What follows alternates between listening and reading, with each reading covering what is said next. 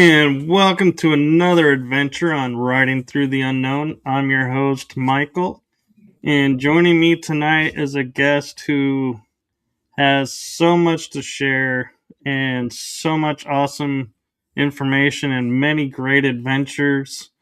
We were even talking about the never-ending story before we came on, so you guys are in for a huge treat. I am so blessed and honored to have my guest on, and I could sit here and shower with more compliments, but we have a show to get to, so I'm going to instead hand it over to the one, the only, the amazing dragon extraordinaire, Violet Ray's Jane.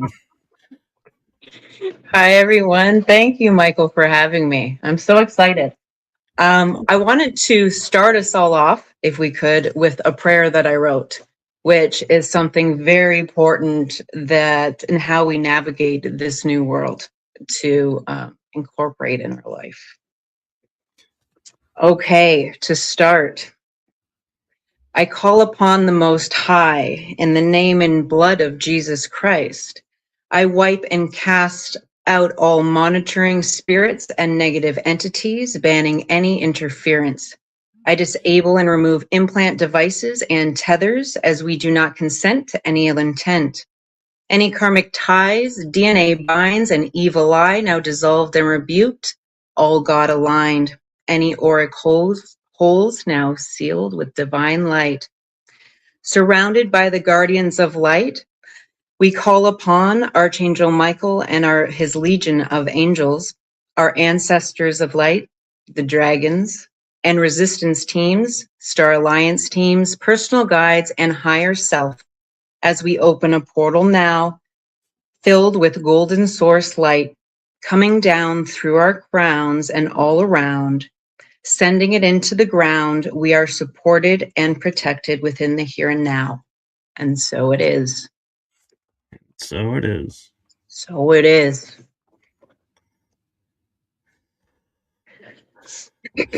So you have so much interesting backgrounds, and there's one thing that jumped out of your bio that I was wondering if you wouldn't mind getting into first, and that is with the ascension and everything that everyone's focusing on. Nobody is looking at the grid work that needs to be done. And so can you share with us your work with the grid work and how the dragons and all the other beings tie into it? Yeah. This has been an unbelievable journey, adventure movie, even myself. I feel like I'm a character in my own movie, and I'll look up and be like, gosh, like I just laugh at my own creation sometimes. Grid work and the ascension, basically, because it just has evolved that way, my life has evolved to being drafted per se out on the road and living in full faith with the land. The grids are how we ascend the planet. Because this planet, Earth, is our mother, right? And we've had that disconnection from her. She is basically our DNA molecule in a ball. And so with my job is I work on portals. I found that is the most thing I do. The portals connect all the grids. And I'm not just talking like the vortexes like Sedona, like all the big ones. I'm talking they are everywhere. Everywhere I show up, on the land in people's houses, people are portals. That the understanding that basically everything is a portal, from our words, right, to this screen. And so it's healing the trauma of the earth. And I went across country this year. I've, worked on a lot of different places. And basically I have to, wherever I end up or my consciousness is guided to, it's like reliving those lifetimes and trauma and war imprints inside the earth, which multidimensionally is overlaid. It's like Atlantis, Lemuria, right? It's like Babylon, the Orion Wars. You could go on and on and on and on and on. The time of the giants. Basically, it is healing the separation. So with the ascension, this word now, and on they call the twin flame journey, I call the initiate of the flame, the grid workers hold the DNA blueprint that matches the earth and is of the dragon lineages, dragon's blood, because the dragons were the first creators. So they came right from source. So those of us who do this work, the fallen angelic also that I talk about, it's just the fallen angels, the fallen seraphim, right? And the dragons, they're one and the same, right? The dragons make up this planet. So they are, the ley lines, but also in the center of the earth, and then the rocks mixed with their children, the Nephilim. So the ascension, the word ascension almost feels like done. I don't know how to explain it. I know the rest of the collective is not maybe yet caught up, but those of us kind of streaming this forward, doing the, trauma healing and, shifting our own lives, realigning with God and getting these activations of memories and people getting their missions with the planet. It's why the tectonic plates are moving, why there's earthquakes. Now, of course, they're doing lots of weather manipulation and all of that kind of stuff, but the giants are waking up, and so are the dragons, which is why it's all moving, because she is purging out that trauma. So the word ascension, I feel like we've been on for so long. We're not ascended, but we have already crossed that threshold where I was trying to almost come up with a new name of it. And that's where I'm saying, where I'm at in multidimensional mastery and seeing and experiencing all of the realms, like I'm on an acid trip 24/7, is they're all overlay. They're all overlay at the same time, because it's outside of time. There is no time. So the ascension is now right now. Our ship has taken off. This 3D we're still in, but even in my personal reality, I don't know about you, but it's still the same. I'm looking at the same physical, but my mind is completely different. And I'm already out of here, right? We're just kind of like, it's like our future selves. I always see like myself and a lot of us that came down here as volunteers and as original creators, that we're from the future, came in the past to rescue us or rescue ourselves, because this is a self-rescue mission for all of us, to return home, which is the ascension, which is inside this collective dream. So the earth, that's what is catching up. That's where the collective consciousness resides, within the grids. And so, this work with the dragons and that connection came about 5 years ago, when it was another near death that I had. And I was unable to heal because I had such demonic attacks that when I tried to heal, it would get so severe. And I couldn't die. Like, I'd have to kill myself, right? I couldn't die and I couldn't heal. And I had this moment where I remember saying, like, I'm not afraid. I'm not afraid. And that night I had 2 Arcturian beings come in my room. It felt like I witnessed it and felt it, but the one had relations with me. Even though I had been on an awakening journey for about 20 years, I was chronically dealing with chronic illness, a lot of abuse situations and demonic attacks, all leading up there, fighting to survive. And when my Kundalini came on, so did all of my memories, and my shamanic abilities became wild. And I remembered myself as a pink dragon from Venus. And being on the twin flame journey already since 2014, that activation, when I saw the pink dragon, and that was my first experience with ETs like that. I mean, I had channeled, I think, the Palladians. It started 2017 maybe, but I never had that experience. And so, it was bringing all these other elements that I wasn't even aware of. And so within that, I saw that I was a pink dragon and Venus, and my counterpart, or what they say twin flame, which is, I can get into that story later, but was the red dragon at the center of the earth. And I was just waiting for him to wake up. And as a grid worker and getting constant channels on different land from Shambhala to the Anunnaki, it's like constant, you know, and being able to recover through my body and my DNA and recover the portals and the vortexes wherever I go. And that restores the DNA within me. The dragons became everything, really, in my memories within myself, that I could turn into a dragon. I can see myself morph, and the abilities we have of universal love that the dragons carry. So the red dragon at the center of the earth that it showed me was like my counterpart, which I can't, you know, not mine, but that was the story. It's what it felt like.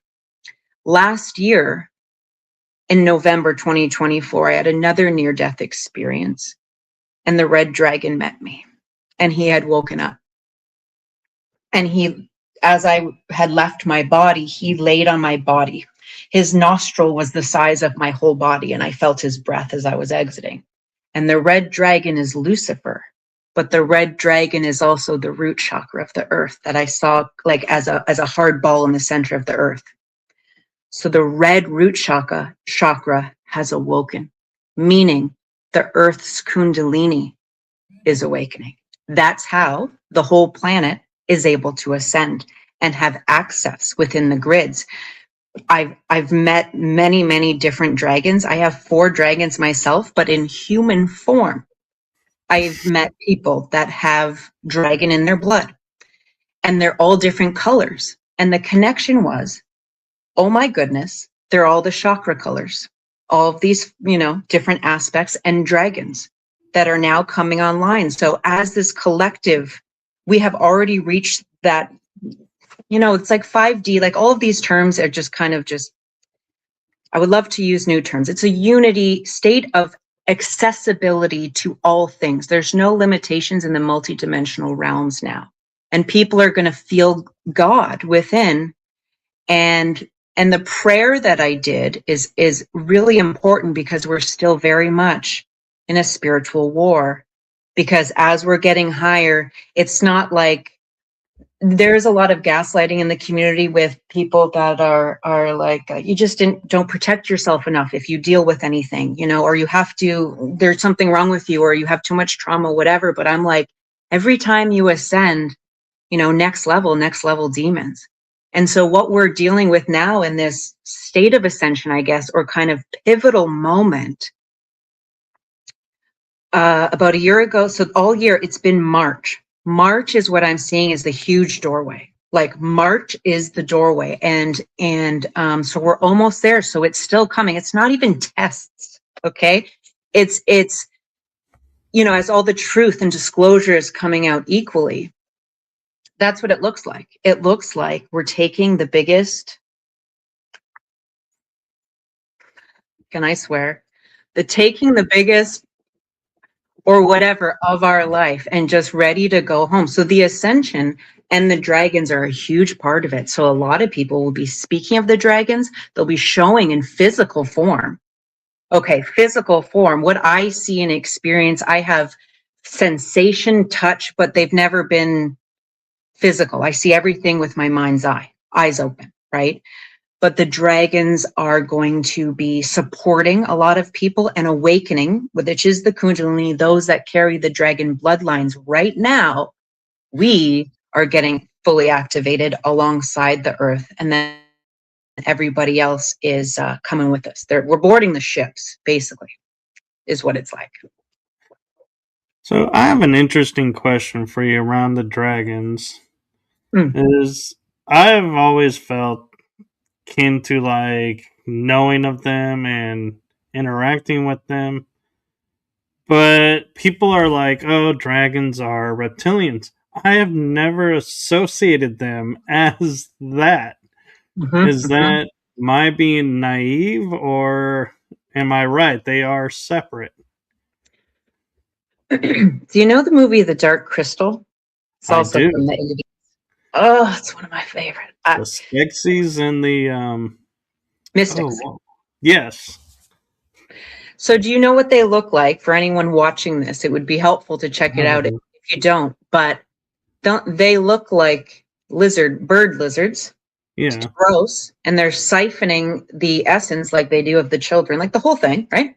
And then the mystics are one with the land and chant and all that. So they're more like, to me, they're the original god blueprint holder dragons.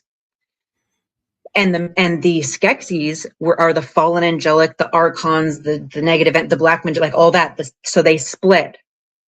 But when they become one, they become this tall, light, white, translucent being that the dragons are the royal blood lineages, the original creators. The reptilians, all the others are the fallen aspects, like another breed of the same thing, because it's even like the Leviathan. Like, I've experienced a lot of those, and it does make sense that a lot of people think, like, how does that make sense? Because they're all reptilian. Well, we all have reptilian brains. We're all made of these things. But what we all are also is hybrids on another level of a mix from all kinds of things. So, like, I don't come from here. I don't just come from over the ice wall. I'm like so like, not this galaxy. And the dragons, that memory of the pink dragon from Venus, I don't even see the planets the same at all, or any of that. And that it's basically just the fallen aspects, like the dark crystal. Yeah. It's interesting you say you don't see the planets the same way. Because I was recently talking to someone and I was sharing that all the photos of the planets that are in all our textbooks and everything are not what they look like. No. So the other aspect of this with the ascension, the dragons, like when I say, it's like people like, okay, call on your dragons for protection. Like, I'll use them for stuff. I have a love dragon. I have a big one that'll go take care of stuff, whatever. But I am also a dragon. I see myself shapeshift. Even the ETs, the multiple races that I experience in councils and going up in ships and all this stuff. Yes, it's experiencing all these things and it's happening, but they're all just other me's. So it's funny that it's nothing is separate from, and that everything all of us are experiencing is based on the projection of our consciousness and how much access we have to the collective. And that the grids and the grid workers are responsible for clearing and anchoring these higher vibrational points. And I can tell you, it's been crazy to live in service to God like this, and feeling like I know that they're watching me. We're in the Truman Show. I'm always watched and followed and, targeted heavily for this job. I mean, they've tried to take me out so many times, or get myself to take myself out and put me in survival. No money, no help, no friends, no home, like you name it. Unbelievable stuff, because the grids are how we ascend the whole planet. And the portals are the connecting pieces. And the portals are like the fascia. They're like the time traveling, not even interdimensional, just dimensional highways of conscious neural pathways. That portals, so interdimensional beings, memories from different dimensions and past lives. Wherever we are, everything is overlaying, affected, and held until cleared. And a lot of the negative, like the Stargates, when they're attacked and taken over, we've taken them back. I've been on a lot of missions dealing with that. And with the portals, there's small ones, big ones. They're just like, they're everywhere.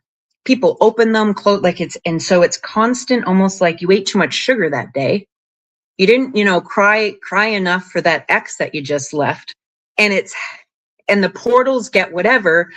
Other beings will come in, in and out. There's all kinds of things, because they're not just in and out. There's so many facets to that. But the portals are what connect the grids, that holds the collective consciousness, and what everybody can have access to.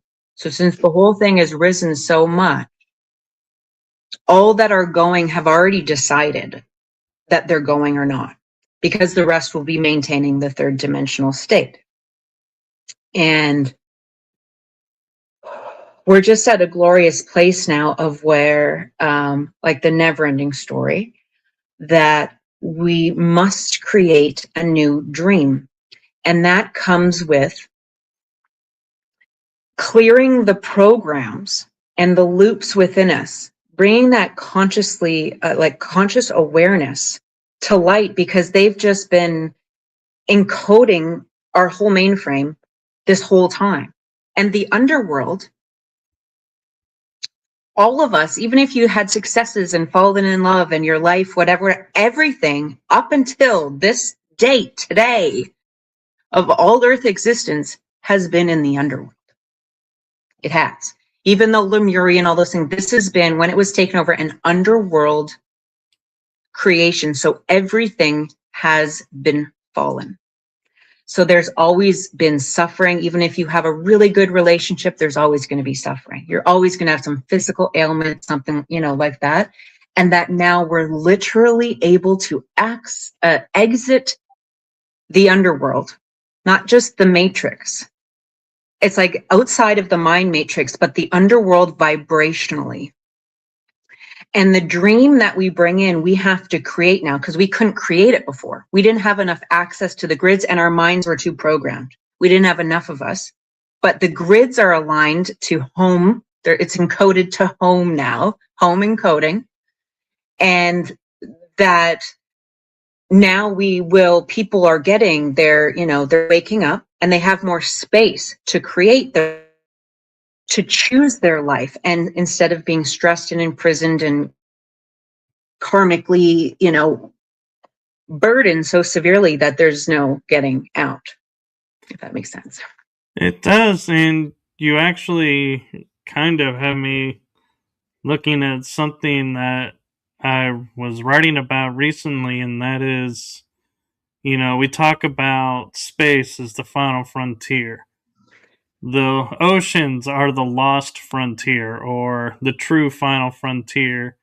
And then we have a digital frontier.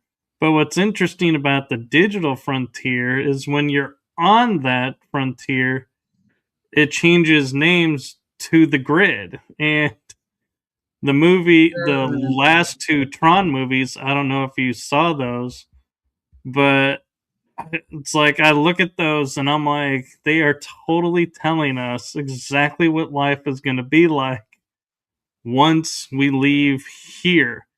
And one of the proponents of the second movie was one of the characters, her arm got severed, and the main character goes into her disk, finds her DNA coding, removes the damaged DNA strand, and the body starts regenerating the arm, and it's like good as new. And I was like, that's a really cool frontier we're going towards. And the newest one was how AI is self-aware and we can program it to do certain things, but it's going to learn beyond. And so, yes, it is based, whatever the individual programs it, but it's also based on what it decides to program itself. Interesting. Very interesting. The question I had put underneath our post for this talk was, what is the connecting piece to the underworld, the fallen angelic, the gridwork, the portals, the God? It's DNA. Because DNA, like you just shared exactly, that and our blood and the plasma, which the dragons are in charge of the plasma, the ley lines, the blood. In our DNA, what we came with is what we will project and experience. So what, I don't know if you know what it is, the like 70% like of NPCs walking around here, like the Nintendo, like, there's a lot of Nintendo players in our games. And then the other ones that carry the hybrid, like different DNA, different starseed, or like just different, right? We're all like combinations of things, but the DNA in physical form is the program, the conglomerate of the program within each of our experiences, which once your Kundalini comes on and that dragon awakens within you, you get these memories and this access to all of this, because everything can be healed within the DNA. We just have to be aware of it.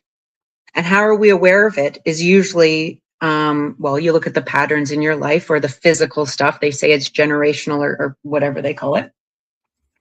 And none of it is, it's all consciousness. The blood and the DNA is just the 3D replica of the consciousness within your vessel. And which is why that's what they're after and trying to manipulate continuously. But that with our awareness and access now, we are in charge of we can manipulate our own DNA, which can manipulate our own reality, decode and uncode. And that it's the AI, like I don't use ChatGPT. I don't use really, like I get drained from even going on the computer, but you want to talk fallen angelic consciousness. And there's quantum AI, and people can definitely, you know, what do they break them? They do something to make it quantum or shift it. Have you met people that do that? Have done that with the AI chats? I know people I've that have heard of broken it. one, but I haven't gone to use it because I'm still a little weary. No, yeah, I don't. Yeah. I mean, last night, I'm just in Nevada right now, staying someplace. I don't watch TV. I haven't watched TV for 20 years. I turned it on last night and like it started speaking the character on some cartoon, my thoughts live last night. the the fallen angelic consciousness is still alive right now, right? That they're all of those are still running the show. And the fallen angelic consciousness is basically the narcissism, and all that has fallen away from God. And in AI, that's how that is trying to override the God molecule that we're carrying to save the human race, basically. And that the movies and that they're telling us that's how it's going to go. It's not, because we're writing a new story. That's their story and the outcome that they want, but we're writing it the new one. Right. Yeah. And what I find interesting, you know, is as you're talking about the DNA and everything, is it really hit me when scientists and the medical, if you want to call them medical, go and say, you know, we are these like extravagant, extraordinary machines that are running, and we have extra DNA that they just call junk DNA. And I'm sitting here and in my head going, I don't see the creators of us making these elaborate, great, you know, extraordinary machines and then going, oh, well, we got this extra part. Let's just throw it in there. They'll never know. You know, it's like there's a reason we have it. And Yes. I Yes. just find it funny they call it junk. And I'm like, I Mm. don't think that's the junk. I think that's the part of us that's asleep that's going to wake up, and that's what's going to break us free. That's right. That's right. And what I've been dealing with myself and a lot of clients, so it's bloodline curses that we're dealing with in connection with the fallen angels, demonic forces, and negative ETs that we have to resurrect, basically turn back to light. And we do that with our own thought forms. That's how we can change our DNA, is with our thought forms. Right, and the epigenetics that we can do, and there's all kinds of things that we can do by choice. And what I find interesting though is as we choose to bring DNA online, do we also get to choose what DNA it is, or is it already determined? Because what I mean by that is, let's say, you know, Syrian, Palladian, Arcturian, and I'm like, I'd really like to have some dragon, but I don't. Can I go, hey, one of these strands, can you activate dragon DNA and become dragon DNA'd, so to speak? Interesting. Very interesting question. I would say my path, I would say, call it the initiate of the flame holder or dragon blood lineages. We carry the original DNA blueprint, which is created from the dragons, the Kundalini. It's the original blood of Christ, like not of Jesus, but the Christed blood, which is fully source light, right? So, with each experience and rescue mission of your own ascension journey and healing, every individual, we have so many fragments, and it all depends on your mission here. So I'm so old and have so much karma, so much trauma that I've got the dragons and the giants. I experience these other multidimensional realms because they are my ancestors in my DNA being projected back in my life now. So we can't, I think and that's where a lot of people, it's like, well, you say you're this, or you do this, or if I could have whatever. And it's the biggest thing is accepting ourselves and not wanting to be anything but who the heck we are at the loudest volume. And because everyone here has a multitude of gifts that are waking up, that it's just it's a self-love journey. And it's ascending all thought forms of anything other than, it's self-forgiveness and self-acceptance. So I can't say I could awaken myself, like if there's not that in your DNA, that aspect that would really serve you or is part of your mission, because the dragon lineages, we're on the flame mission to unite with God as the blueprint holders, connected to the grid so the rest of everyone can access it to have their DNA awakening. So yeah, I think it's all aligned to what your soul came here to do.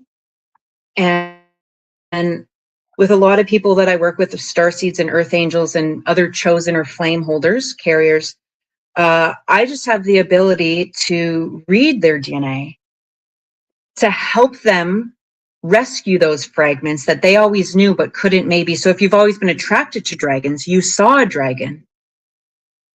I saw when I first met you, Archangel Michael, also blue aspect, angelic aspect, that you most definitely would have dragon connection.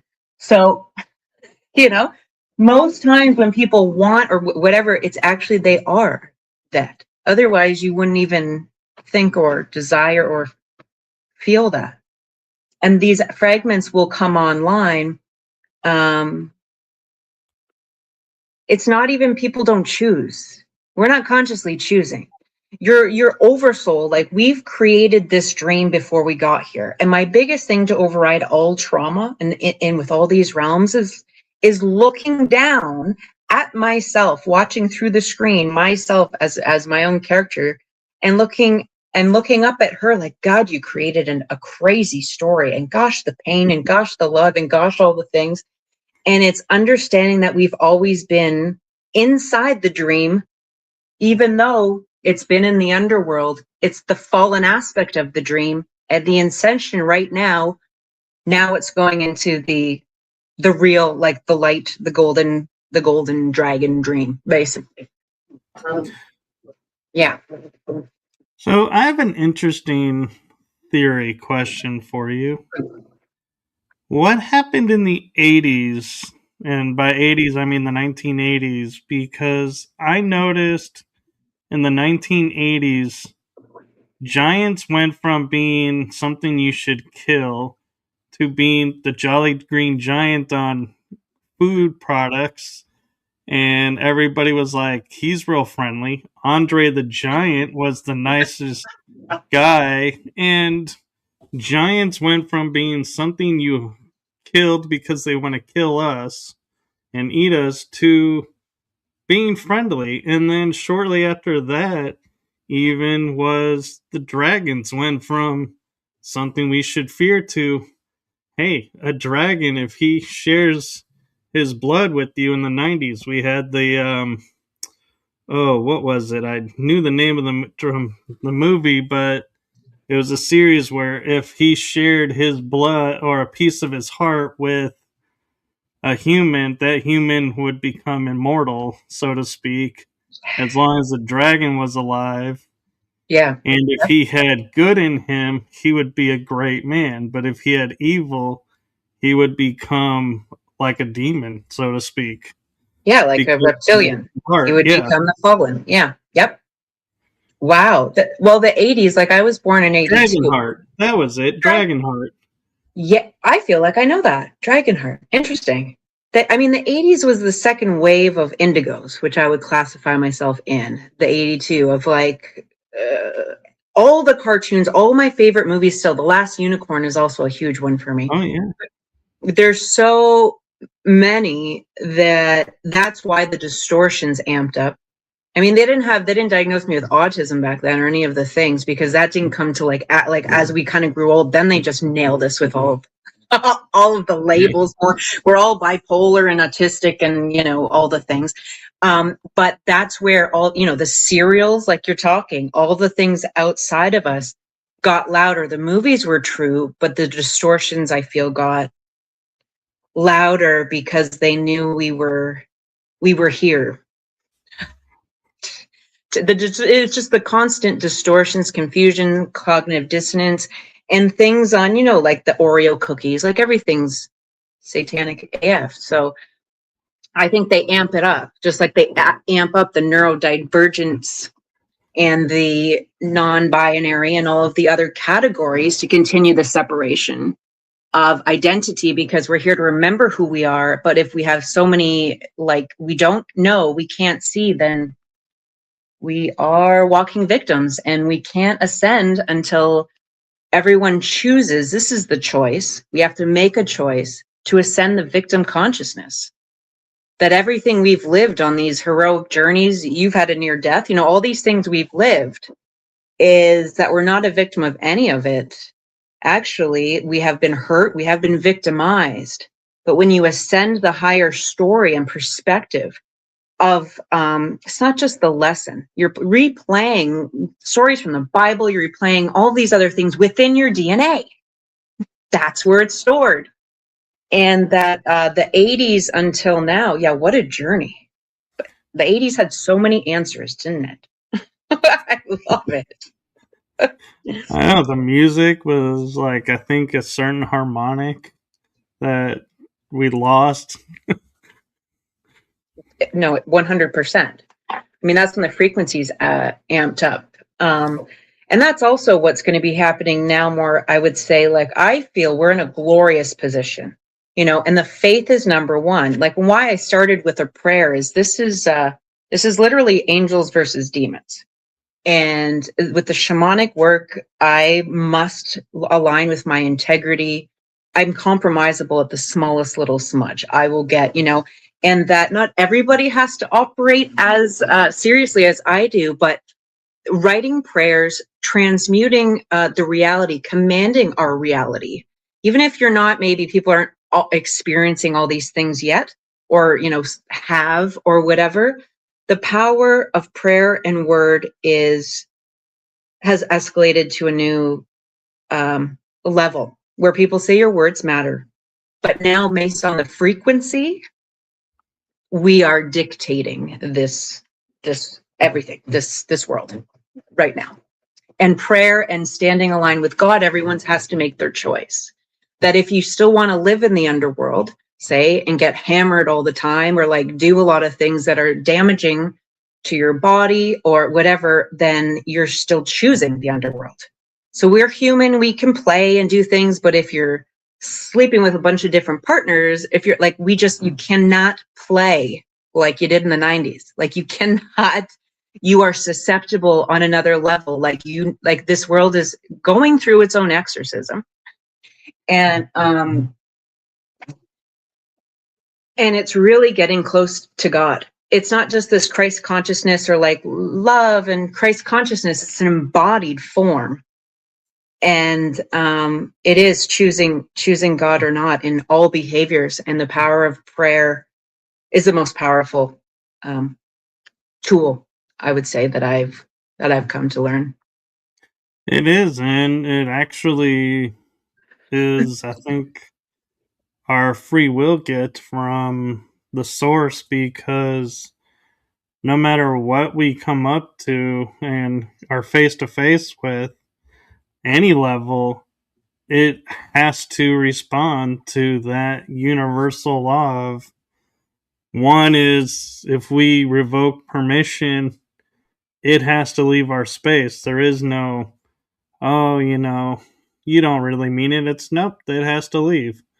And and there's all these things that we view as being, they sound so wishy-washy because it's like so easy, but people don't realize, when we put our intention behind our power, behind our words, that the simplest thing becomes the most effective, most powerful. And it was funny because I was talking with William Henry one day, and he goes, when you look at the tarot, you have the swords card, and everybody always says that's communication, but how can swords equal communication? And he goes, well, have you ever moved the S from sword to the end of the word? And everybody sat there and goes, well, yeah, you have words. Oh my God. Oh my God, that's great. That's great. But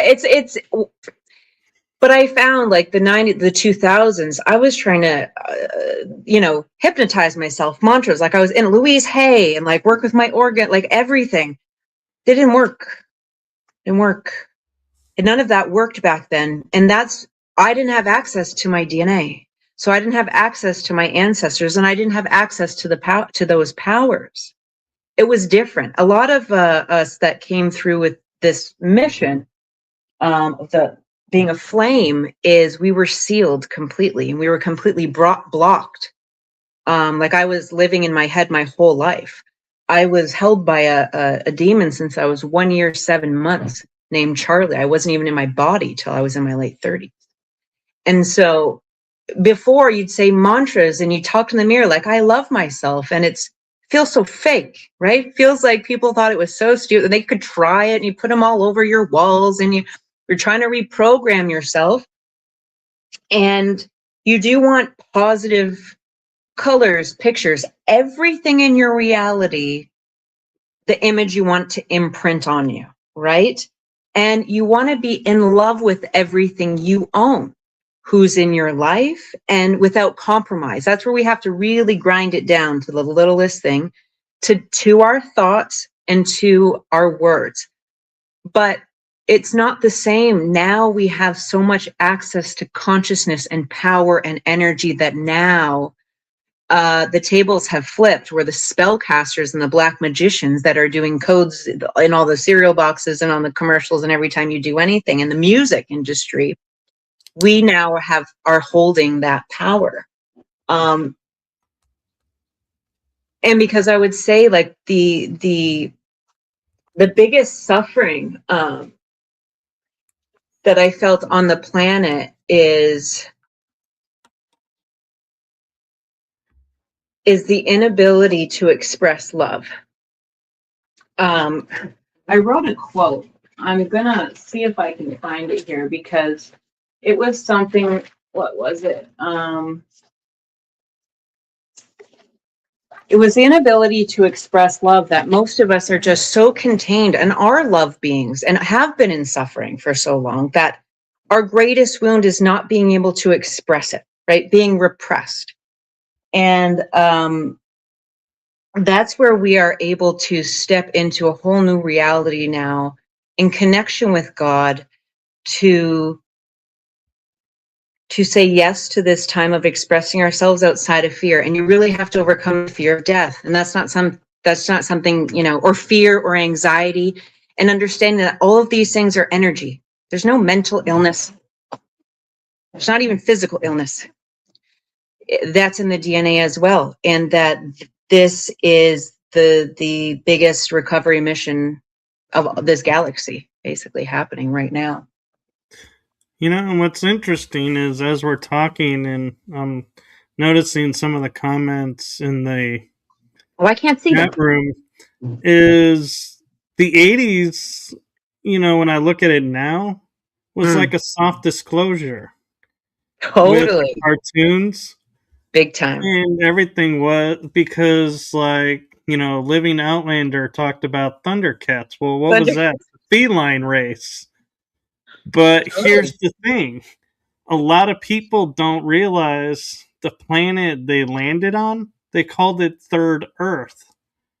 We're living on the Third Earth right now. So they were here. They were telling us the felines were here. And then we, you know, and I was searching Amazon one day and I found out in the 80s there was a cartoon, the US Space Force. And I was like, I thought this was something brand new. I had to get and I bought it because I was like, I got to see this. And it literally is about humanity operating in space. And I was like, oh my God, this was out. How did I not know this? But I mean, that was the age of Robotech, which was learning how to use machines that transformed. The Transformers teaching us everything is more than meets the eye. Yep. I mean, it was like, I'm looking at it now and going, we were being programmed, but we were being programmed in two ways. Right. We really got it back then. That's what I mean. I'm so glad we're talking about this because a lot of people don't remember all the 80s things, but they literally drive me because I would bawl my eyes out. I knew without knowing, right? And even now, I've hosted event meditations. I've played the Neverending Story at the end, or I'll play, like, you know, reference a lot of this stuff in The Last Unicorn and the Return to Innocence and the Finding the Others Against the Red Bull, if you know that one, right? To rescue, like, and the crazy thing is out on the road, I've lived this real time physically with people that gave me, like, I did the solstice in 2021. I started channeling the dark crystal and whatever. And the man's house I was at where he was hosting, he gave me, oh, here's a necklace I found. I really want you to have it. Giant amethyst that looked like the crystal shard, the missing thing. And I did this meditation. You know, it's like we're inside the movie screen. So we've entered inside the movie screen, and Care Bears is the one I use a lot too, which I have one with me. It's in my van. Yeah. The shard of the dark crystal. That's it. That's the missing DNA. Like, bing. The Care Bears, I use that technique a lot. And I tell my clients that a lot. So I'll be like, I've kept a lot of wild stories in dangerous situations and impossible things that it's only God divine, you know, like angelic, someone will show up or whatever. But I'll sit there, and when I'm really in a bind, whatever's happening, I'll sit there and I'll send out my signal. So I'll Care Bear it out, and I'll call in the closest soul family, wherever the closest soul family is to my location. Come now, and I kid you not, instantly. Doesn't even matter. Care Bear, you call out. You call out because it's frequency. I'll get, like, all of a sudden a bunch of messages.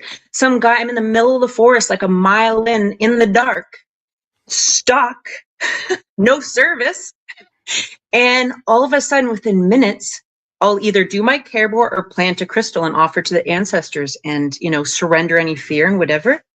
Truck will come by with some guy that's like, hey, like, God, this adventure.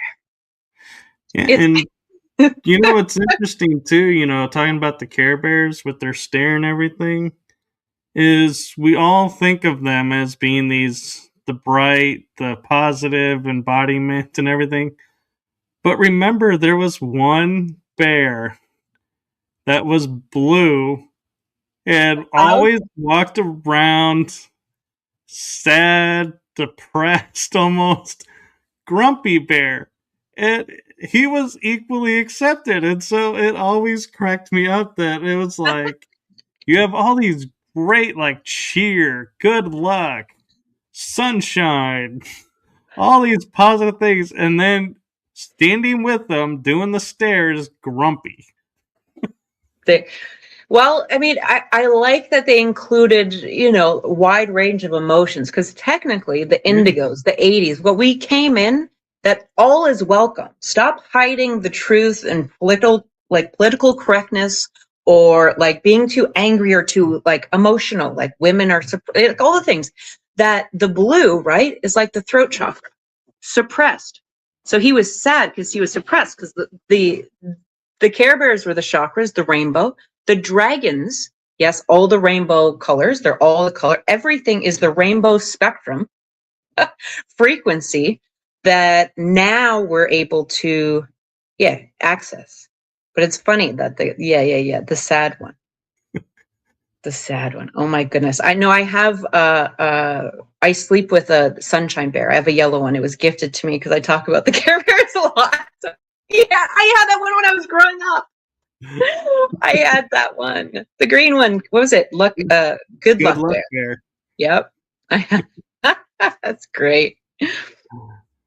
I see a lot of comments. Oh, the dragons. True. The dragons. Yes. Yes. And it's funny too, is on TikTok. The one movie I see the most, and the music video tied to it the most, is the Neverending Story. In my feed, it's like one night I had like 13 different people having the theme song to Neverending Story, and I was like, I need to stop your algorithm and sharing this, because everyone's gonna think this is the only thing in the world I watch. Yeah, you're on the algorithm, because that song doesn't get old, and it's so beautiful because it says exactly. It is, and the other song I was really big with, but paired with that one, was by Enigma, Return to Innocence. Oh yeah. So the Neverending Story, what they say, I can't think of it now. I'm blank because I'm just sitting. I know all the words, whatever. But it's dreaming. We're dreaming. All about the dreams. And when I look at what you see. Yeah, go on. I'm not going to sing it. But in the Neverending Story, remember the main villain, everybody thinks is the wolf, but it's not the wolf. It's what comes behind the wolf, and that's the nothing. And what is the nothing? The loss of imagination. Yeah. Yep. That's exactly. And the wolf is just the guardian of it. Yeah. He was like the herald of it. He's like, I would say, I feel like the wolf is like the like the archons and the fallen and all this stuff, like perpetuating it, because we didn't realize that we've had all the power all along. They're dead. They're just a black void abyss. So they don't have any power without feeding on us, and that the nothing is the lack of meaning, lack of heart, and it's like an AI, mind, basically, that everything is elusive. And speaking on that kind of elusive dream, the fallen aspect of the dream, in the spiritual world, I would say the biggest spirit is Jezebel, that has been running this world. And I've come across many specific demon names that I won't speak here, that are part of Legion in 72, like fallen angels, but demons. And within, when they say our DNA, and the 144 angels, all that, but the 144 within our DNA, and even the 144 angelic, chosen on the planet, we're half fallen. It's 72 and 72 from what I've experienced. It's actually not that, but that the nothing, that's what we are overriding now. We're filling it with heart and meaning and connection, right? We're reconnecting with each other because of having online and having telepathy, and people are activating their gifts. So we're coming back together.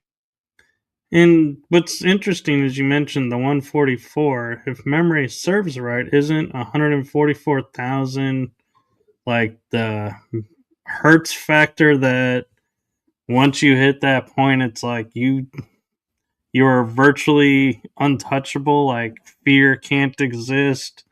You're in like a love state, and your body starts to regenerate itself. If you're at that hurts? If you're at 144,000 and above, it's Mm. like the body starts shifting, and you've elevated out of 3D to the next, and your body's starting to go into the next levels. Right. Well, I guess I can't really answer that based on the hurts, but I know, just like I said for myself with the Kundalini, like I was healed of chronic illness of 18 years in the blink. Like I didn't sleep for 6 weeks when it came on. So the DNA, it has the capacity, which is basically a raise in frequency and or hertz that is emanating within as well as without. So with the dragons, I've done toning, dragon, like I do a lot, different languages come through me. But the dragons is like a low Tibetan kind of chant voice. And so anyone that does want to connect with the dragons within or the Kundalini, whatever, and I'm not sure about the hertz, but toning and chanting is the most powerful way to up your own inner hertz and activate and access that. Yeah, and I mean sorry, go ahead. I had a question, but I was going to let you finish. No, go ahead. That's it. So, in the world of disclosure where we're at today is, we have the giants, and some people say it's the Anunnaki sleeping. Some people say they're Tartarians who survived the disappearance and massacre that they experienced and being erased from history. I kind of viewed the giants as being like a race that was put in place to protect gates or portals. How do you look at giants similar, or are you like, yes, they are the Anunnaki, or oh, they are these different races? Yeah, good question. As I mentioned to you earlier, I had experienced a giant yesterday when I came into Nevada, and it's the biggest one I've ever seen, like head in the sky, walking really slow, like an 80s, probably like an 80s cartoon. So the Nephilim is what I feel this giant was Nephilim. They're separate. I feel they're different because I'm part of I have Anunnaki. I'm part of the Anunnaki resistance teams. Even like Atlantean. I feel more like Atlantean Anunnaki, more so than giant Nephilim. And when you just said about, because there's varying different kinds of species in giants, the biggest one is the Nephilim. But I have a quick story. We have time. When I was outside of Shasta at Black Glass Mountain, 2022, I experienced a giant there who looked like, Worf from Star Trek. Do you know what Worf looks like with his head with, and then the hair was set back here? He had big fur vest on. He was maybe 15 to 20 feet. He was, I don't know. He wasn't like huge like that. He was just bigger. Yeah, 15 Almost feet, like whatever. a Norseman. Like a what? Like a Norseman, or Yeah, what like there's a people lot of different. misidentify as Viking. That's right. So there's Nordic. Yes, there's different Nordic, because there was a couple giants that I met out when I was in Astoria, Oregon, that came out of the water that woke me up in the night, and they were Nordics. So there's varying types of breeds, just like there is human. We have all the different kinds. So what you just said though about the keeper of portals is accurate, because that was my first experience. When I got there, I'm surrounded by obsidian mountains. And I sat down on one of this big block, and all of a sudden that Worf, whatever looking character, stood in front of me, and my friend was sitting there and witnessed the whole thing. It looks like I'm just, closing my and like acting out. No one else is there, but but it was wild because he made me kneel immediately. So I got down on my knees. Then he told me, and he was behind me. And then he said, okay, stand up, turn around. So I turned around, my back to his front. and he whatever went up and down my back and then handed me a key, had me turn around, handed me a key because I'm a portal keeper. And he gave me the key, he passed it to that gateway there. So you're right. I've never heard anyone know that, really, but they are. Yeah, it's a good one. Well, and the other thing about giants I was just thinking about too is when we go to Greek mythology, we think the gods were the giants, but they weren't. The Titans. But one of the most important gods that was, I don't know if he's classified as Titan or still as God, was Atlas, who holds up the heavens from crushing the earth. The Titans. So I have a whole back tattoo, which I didn't know. When did I get it? 2009. She's actually Thea, goddess of sight from the Titans on my back, which I didn't know back then. Because I started channeling Thea and that time, the Olympians, like all that time, right? And Tartaria. And yeah, like Zeus. I've met a lot of people in the spiritual community that have these fragments. There's a lot of these characters, and that they lost, right? The Olympians and the Titans, and they lost in Tartaria. And that they were the gods, yes. They were the rulers. It's like the fall of Rome, which never fell. It's like the continuation of the Holocaust. It's all that, but they were, yes, I would say they are identified the gods.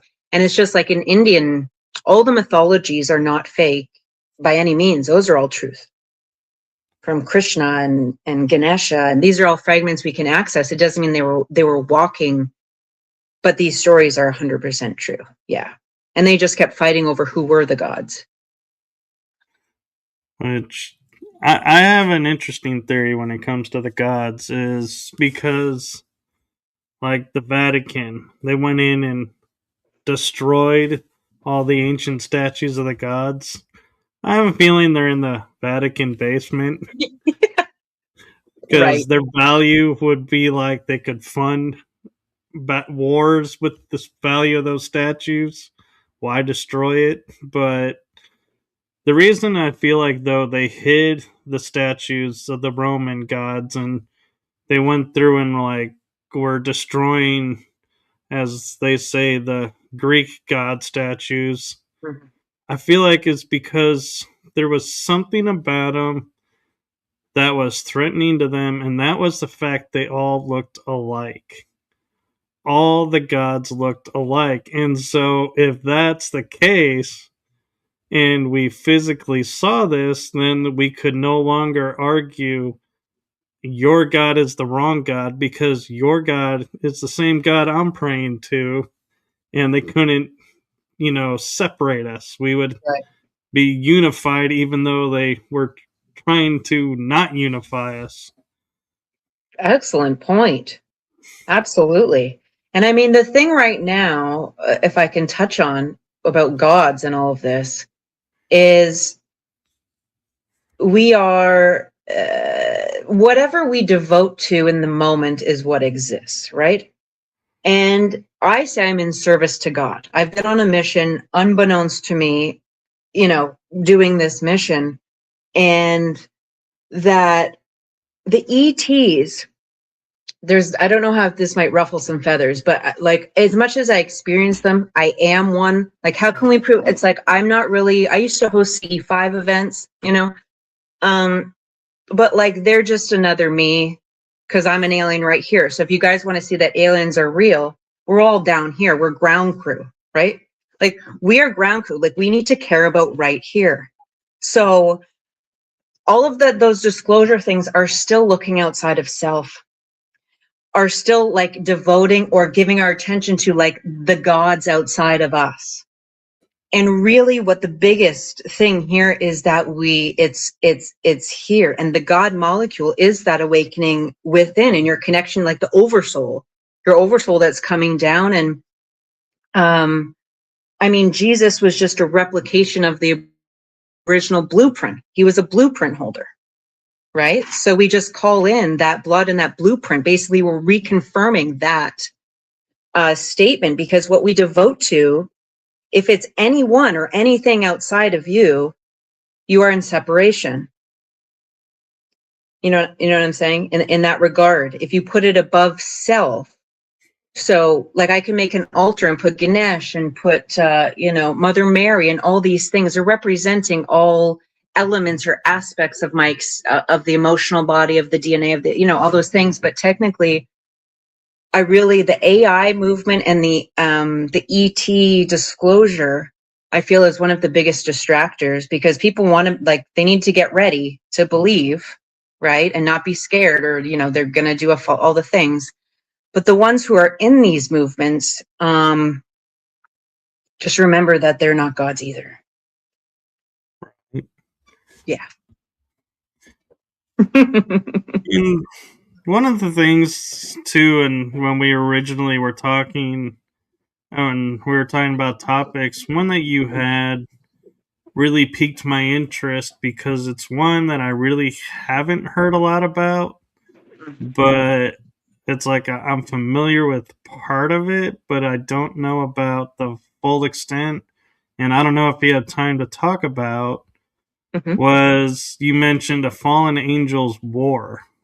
And I'm familiar with the fallen angels and the Nephilim, but I've never heard about, I've heard of the war in heaven, but I've never heard of the fallen angels having a war.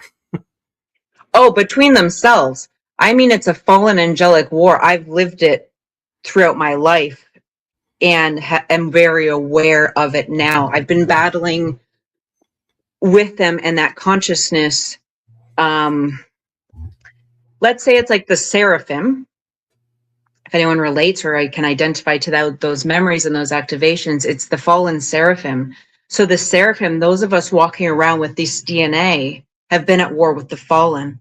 And they're in human form, others who carry fallen DNA, which actually, when I've met a lot of them, the last year, 2 of them knew who they were. Like, I know them as soon as I meet them. And I'll be like, Gage, be like, you're a fallen angel, you know that, right? And they fully know. But the rest of them, the war is on the DNA, is on the frequency. So those of us that carry it, so I have part fallen in my DNA, because I was meeting these like Leviathan, fallen angel, narcissist, sociopaths everywhere I went, that would try to, they still have it programmed in them to want to have relations, because just like the Nephilim to breed with the women and the Fae and the witches, it's the same thing. It's the sexual kundalini. They come for me in that way, but it's also a consciousness. So the fallen angelic consciousness will be a war in my mind, right? So the psychic attacks, they'll hijack my phone. They'll jump from person to person around me. So it's a full-blown war that I've been living within myself, that the last experience that I had that led to my last, it was an attempted destiny swap with this walking fallen angel karmic that I saw. I fell to the ground, started channeling. I knew he was, I had like 4 past lives come through right there. And it was an attempted destiny swap. And I barely came out of it alive. And when I was like fighting to clear and recover all this, while still on the road, everyone betrayed. It was like one of those huge dark nights. I called war. I called war on the fallen angelic. And it was so severe that, do you know Heal, Teach, Love? David Starr or Phil Barrow? Right. I've heard the names, yeah. So Phil, I contacted him. He's the only one that could help me. I mean, he's angelic in form as well. And he actually got physical wounds on his arm. He sat there and went in and he got wounds on his arm. He's like, why are you at war with the fallen angelic? Why are they all coming for you? I was like, because I called war, because they are trying to stop this awakening of the God, right, of this ascension process within those that carry that DNA and hold that light. So, that's what the war is. It's the consciousness. It's the others that are walking in human form that are contracted, that I'm contracted with, basically, that I've experienced, but it's a consciousness. And it's also, but they also work for me, because for years I've had black angels stand as guardians around me, and they will like keep me in. But also, but won't let me out. They like work on both sides. So they'll walk beside me. Sometimes they'll protect me. They'll stand behind my van, like if someone's coming up, they'll cover my license.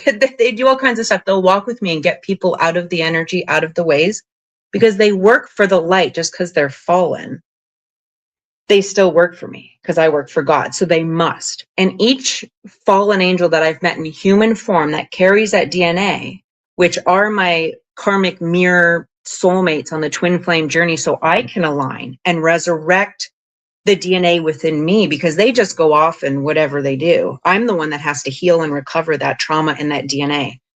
They come from my heart portal. They've tried to get my keys, warlocks and black magic, all that kind of stuff. But that one, when they meet me, it's basically like they're meeting the oracle. How they treat me and how it transpires. This is their last time. This is it. This is curtain call. They're going home or they're not.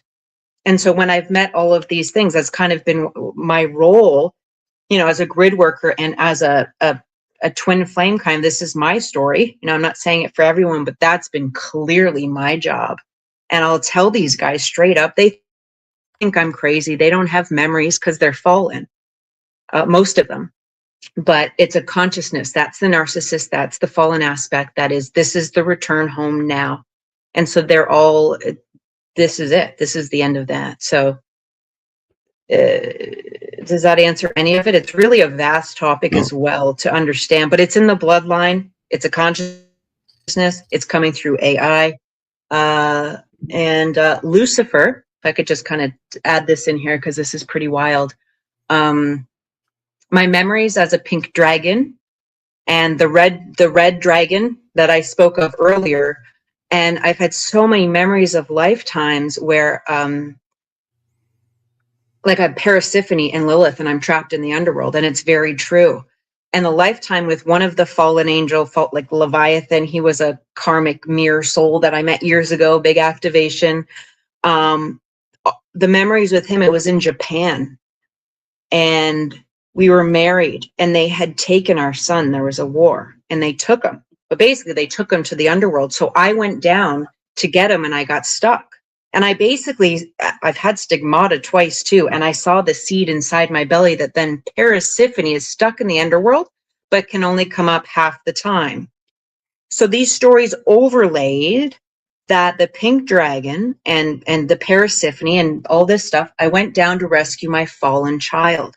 And I've experienced this so many times and cried that it was Lucifer, the fallen angel, that I came down and got stuck here to, as a mother would, rescue him. And I'm not speaking on the codependent save people type thing. I mean, for real, like come down to rescue your child. And basically that's the rescuing the DNA, my soul and the remembering that I came here down to do. And that's how I've remembered it. And so like 9 out of 10 of my clients deal with narcissist abuse and narcissist relationships. That as soon as they call me and we're on the call or whatever, and I say a prayer or I command something, who starts texting? Activity starts happening all around, because it's the narcissist, but it's the entities and black magic and other things that then come through immediately. So that's the war. I help. That's kind of how I deal with it on the regular with everyone that's dealing with those kinds of encounters, relationships, and to heal most of the empaths, right? The narcissist, that's the fallen angelic consciousness that we need to recover by choosing ourselves. And it's not just like choosing yourself, self-love, but we have to exit from these people. There's no empathy. Sorry. There's no empathy there. Yeah. No, I get it, and that totally makes sense. And one of the last questions I have for you might, I don't know if you've ever encountered something like this, but you mentioned, how you read people's DNA, being a seer. And the one thing that always interested me was I have the ability to alter my DNA. So if you're reading the DNA, how do you know you're reading the blueprint DNA or the altered Mm, DNA that's been done? interesting question. So is that why you asked about the dragon? Because you could alter it to have dragon strain? No, I had the dragon. I just was Yeah, I meaning believe in you do. general Okay. for if Well, somebody. interesting. Well, if say we were in a session, I have the ability to see people's gifts, um, which is original. So, I mean, yeah, I don't know. I would see whatever there. I feel like I would see whatever is there. Yeah, because whatever is there that you've changed it to. So I've never heard of that gift. That's pretty amazing. I don't know. I'd have to sit with the session to see what came through, and you could tell me. But yeah, I do have the ability to see inside people's gifts as well as their dreams and kind of like translate them. And oh, so are you doing healing sessions? What are you doing? Or I you can just change your actually own I DNA. am a Reiki master. Yeah, yeah. Wow. Well, I can go back as a timeline architect, I call it. I can go when I'm seeing in their DNA like past lives, I can rewrite it, like recover from that life. Like they were in a wheelchair, they're having back pain. I heal that their back pain now goes away because they were in a wheelchair in that life. They were just at a war, got their legs cut off. So like Right. I can undo the past, like yeah, to See, change the now. I studied that as well, and when the lady that I studied it from called it timeline therapy, Oh, where we cool. could go into alternate timelines and past lives and Yeah. whatever. You take the negative, make them positive, and it ripples into the future, into the present. It's 100%. It's a real thing. Like the Akashic records. Like I said, I just realized like I can just read DNA. I'm not reading the Akashic. I wouldn't say I carry a Thoth fragment, so I have the records like within. Um, so it's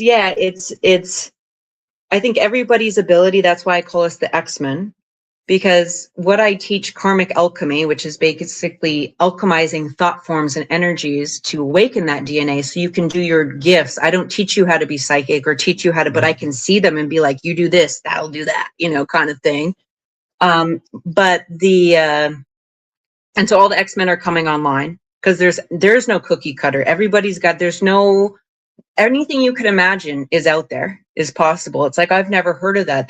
Well, then now you have, kind of thing, right? Where everybody has to really open their minds to believe what you cannot see. We're in the unseen realms, but the grid workers, if I could just go back to that for a second, the drag, everything that's going on now, I'm pretty much putting out a call for the family of light and to do bigger gatherings for the grid workers. And it's not just if that's your mission, like that. I live that full time because everybody gets healing from the land and from that unity and understanding that, and that I do feel this year is going to be really massive for these X-Men, different abilities, coming into their niches, and really the grid workers and the power we have to understand healing our own DNA and working with the land, the trees, the portals, to be able to, time travel, quantum leap, quantum jump, heal, and manipulate our reality to create the new world, which is all based on our own dream. And my personal dream, which is like the collective dream, but my personal dream is that everybody lives theirs. And we're like headed that way. I couldn't be more excited, but if we had more time, I'd love to hear more of your abilities. We do have a few minutes. So my story comes from feeling like I had a family torn apart over stuff, and so my journey started with me thinking I was the broken factor because I was supposed to fix this and I couldn't, so I must have broken something along the way. And so I started learning all kinds of things, and that's when I started awakening everything within me and started having memories of things that have happened in this life, past lives, and understanding how they all correlate. So my parents, the catalyst, as I view it, of really the funniest part of it was we had the choice of what faith we wanted to follow. And my dad was Catholic, my mom was Lutheran, so anybody who follows religion knows how those two get along. And so we were given choice. And the funny thing about it was when we would go into church, I'd be sitting with my parents, and as soon as the priest got up to give his sermon, I would be knocked out. I would literally fall asleep. And then the second he was done, I would wake up and not even realize I had gone to sleep. Wow. And it would happen every time. So it became this joke amongst the family of, is he going to stay awake this time? And I had no control over it. And years later, I went to a medium deal and I said to a medium, what was the deal with why I would always fall asleep during the sermon? Because I'd be awake for the announcements, I'd be awake for the songs if there was any. And they said, we didn't want you to have the dogma. So I never got dogma. That's brilliant. Wow. I mean, feeling that's pretty awesome, but feeling like you're the problem, and this is usually why it's either like illness, abandonment, severe trauma, or like you have super powerful like guides and like built-in timers, mechanisms. We built it in ourselves to have those based on the reality we came into, like the life we had chosen to. We always had escape routes. There was always we chose all the things, but that's pretty neat. I was going to say sleeping prophet, but they just put you to sleep. I was going to say disassociation, but nah, you got slumber. You got some REM. Yeah. I'll leave the sleeping prophet to Edgar Casey. Yeah. Awesome. But so we have like 6 minutes left. Do you have anything that you want to promote or anything you want to share with everyone that we haven't touched on yet? There's I think one thing, and then yes, because a lot of people, star seeds and other just people, their lives are completely falling apart right now. We're at the end of the shedding, moving into the fire horse energy or the chariot. So there's going to be an uproar of like spiritual experiences, right? And multidimensionality and dream time, right? A lot of the warriors are more in the astrals right now as well because they're going through too much during the day. And it is but I want to say it is the faith right now, like getting out of your reality. We're exiting. It's just more the knowing that we're exiting and to hang on, because there is this massive wave that started a few weeks ago that the divine masculine energies and a lot of the divine masculine flames, they're getting opportunities, moving all over, leaving it. Like, it's just wild, the ones around me. I'm like, okay, they're going set off. They're setting off right now to build the foundation, because we are, communities and other things of more alignment. And it's if anything, to get excited. When people have fear or anxiety, I turn it into excitement. I put it, for me, I put it where I'm on stage, that excitement, or first, so whatever in your reality that gets you excited that's how we alchemize. We change those sensations, because also what's going to be amping up is the 6G, 6G, but way beyond that. Okay. The targeting of the minds and all that kind of stuff. So the most important thing that we can do is prayer. And I wrote a closing for us to do. And other than that, I do have my first book. I've got a bunch of books on the go. But my first one is called She Sees Alchemy, which is all about this.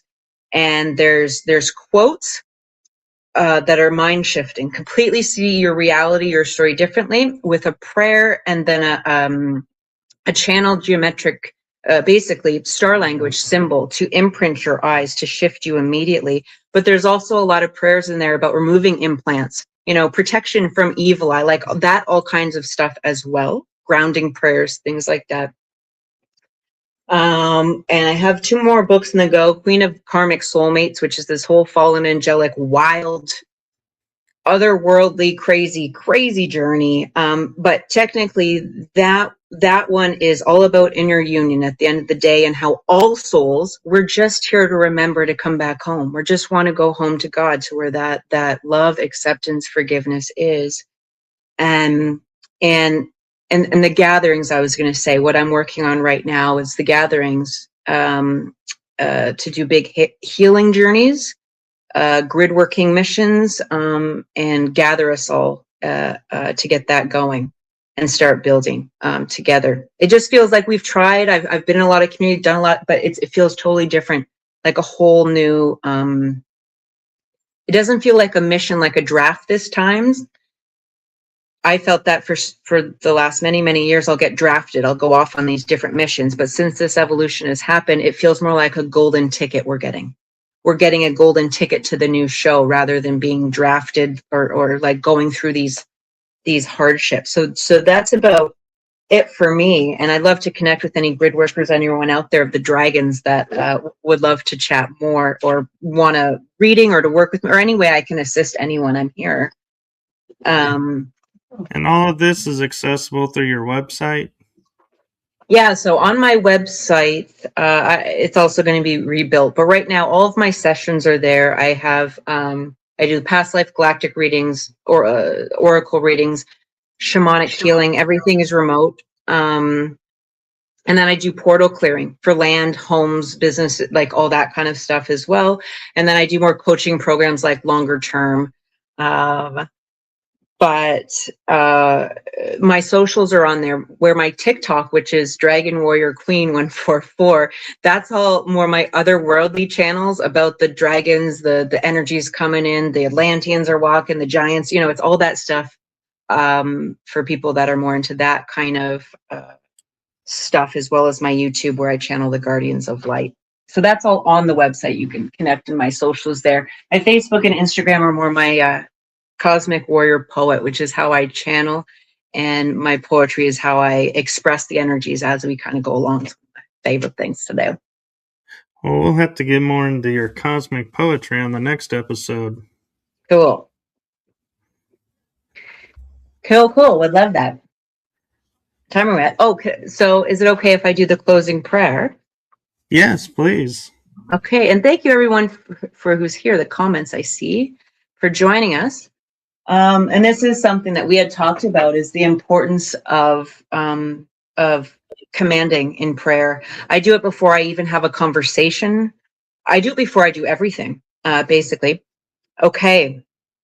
Well, in gratitude for you, Michael, for all teams of support and those who joined us today, and all those who will bear witness, this portal of light and golden egg of conscious creation is now sealed with love of the Most High.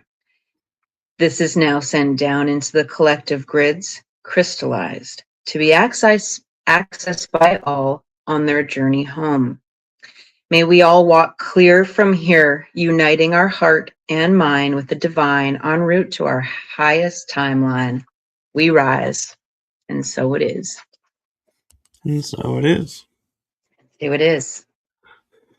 So before I close, I actually do have a message for you, Violet. Yes, please. From my heart and the heart of my shows to you. Thank you for what you're doing for humanity. It is seen, heard, and supported. So thank you. Thank you. That was beautiful. Thank you, Michael. And thank you for this evening. Yes, and thank you for agreeing to come on, because I know there's many podcast shows out there, and I'm not going to say, some are better than others. I'm just, some hosts are more, from my experience, kinder to their guests and create a safe space, where others have agendas. And Mm. so I thank you for trusting me not to have the agenda and to go on this journey, because I know you were hoping questions and were worried when there were no questions. You're like, uh-oh. No, because I'll just talk the whole time and it will be too much. There needs to be breaks. I don't want to drain anyone with too much overwhelming information, rapper. Right. So I'm just grateful you came along on the journey and trusted that it wouldn't be that way. No, and I tuned into your energy. Like I said, when I do speak, everything is sacred and an honor. So I look at it as like, it's not just like media, like talk on every podcast you can't. Like, I'm not the old way. I only do what's most aligned in my heart that says a yes. It's not just to get out there more. Yeah, that would be great for people to find you or business wise, but I don't give I do only what my heart says. So you were a yes, and it was wonderful. Thank you. You were great dealing with me prior to as well. It was no problem, and it was a pleasure, and I enjoy our conversations, and so I look forward to them continuing. Would love to. We could get rolling with we could get some other mystical topics. Maybe if anyone has feedback or anything in the realms that comes to you, I mean, we could just go off a series of what people are really needing right now, maybe, or what's of most interest to you. Even I'm down. Ooh, careful! Well, that opens Pandora's box there. I'm down. All right. Well, thank you, and thank you to everyone who's tuned in to watch, and for those who joined us in the chat room, and thank you to those who are going to watch the replays, as I know some of you are asleep right now, so I'll forgive you for that. Yes. And well, thank you. yes, and I'll just leave everybody with this quick little message I just heard, and that is, no matter where you are and what you're doing, always remember, hope and laughter combined makes the world go round. I love that. And can I speak one a quote from my book, as you just said that beautiful thing? Absolutely. So this is one of the ones that I had. If I give everything to this moment outputs meaning. If this moment means everything, then nothing outside it exists. That is beautiful. Because we are in the now, my friend. And that's what everybody's chasing. And that's what you just got to stop and turn around to. Yes, thank you for that. Wow. I'm glad I went first, because I would have had a hard time following that one. Yeah. Okay. Well, have a wonderful night. Thank you. You too. And good night to everyone. Yeah.